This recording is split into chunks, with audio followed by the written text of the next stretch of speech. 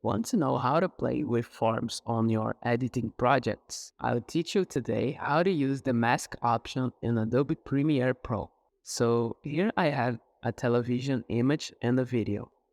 I want to put that video on the television screen. To do that, the mask effect is a good alternative. The first thing you need to do is put the television above the video and set the duration of your clip. Select the television and go to the Effects Control panel.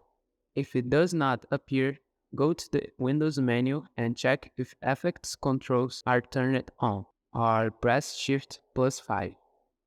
The Mask Control area is in the Opacity menu.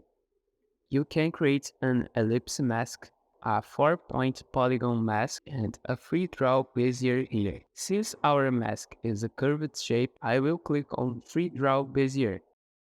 Now, click on the four edges of the television. You can see that this mask is wrong. To correct it, click here on Inverted.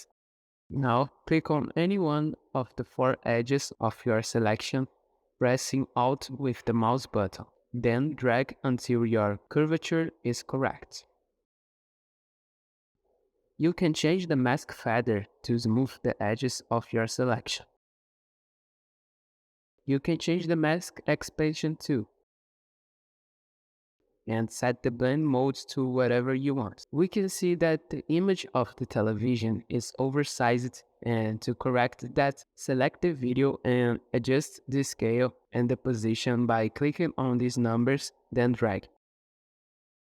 To look more like a TV, increase the vignette effects, going on Lumetri Color menu. If it is not appearing, go to the Windows menu and see if Lumetri Color is activated. Now, click on the vignette and adjust the effects. Try it by yourself and report any questions, issues, or ideas in the comments. Subscribe to the channel for more informative content about Premiere Pro and many other things.